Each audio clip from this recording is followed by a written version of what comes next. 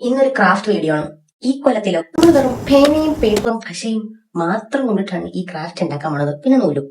Craft എനിക്ക് പറ്റിയ പണിയേ അല്ല. എനിക്ക് ഒട്ടും താല്പര്യമില്ലാത്ത സീറോ ഇൻട്രസ്റ്റ് ഉള്ള ഒരു ഏരിയയാണ് ക്രാഫ്റ്റ് എന്ന് പറയുന്നത്. കഴിവുമില്ല, താല്പര്യമില്ല. ചില ക്രാഫ്റ്റുകളുണ്ട് നമുക്ക് എല്ലാവർക്കും ചെയ്യാൻ പറ്റുന്ന ക്രാഫ്റ്റുകൾ. ആ ക്രാഫ്റ്റിനോടും എനിക്ക് താല്പര്യമില്ല. കാരണം ഇത് എന്റെ കപ്പ് ഓഫ് ടീ അല്ല. അത്യാവശ്യം നല്ല പേഷ്യൻസ് ഒരുപാടുള്ള ആൾക്കാർക്ക് മാത്രമേ ഈ ക്രാഫ്റ്റ് ചെയ്യാൻ പറ്റത്തുള്ളൂ. ആണെങ്കിൽ നമ്മുടെ അടുത്ത് കുറെ ദിവസം എന്റെ അടുത്ത് ക്രാഫ്റ്റ് ചേച്ചി ഇനി അൺസബ്സ്ക്രൈബ് ചെയ്ത് പോകുന്നു. അപ്പൊ ഞാൻ വിചാരിച്ചു ഓക്കെ ലെറ്റ്സ് ട്രൈ. എന്റെ ക്ഷമയുടെ നെല്ലിപ്പലക വരെ പൊട്ടിയിട്ടും എനിക്കത് പറ്റുന്നില്ല. പേനിട്ട് വരച്ച് എനിക്കത് പറ്റുന്നില്ല. ഒരു മിനിറ്റ് പോലും എനിക്കതിനകത്ത് ഇൻവെസ്റ്റ് ചെയ്യാൻ പറ്റുന്നില്ല.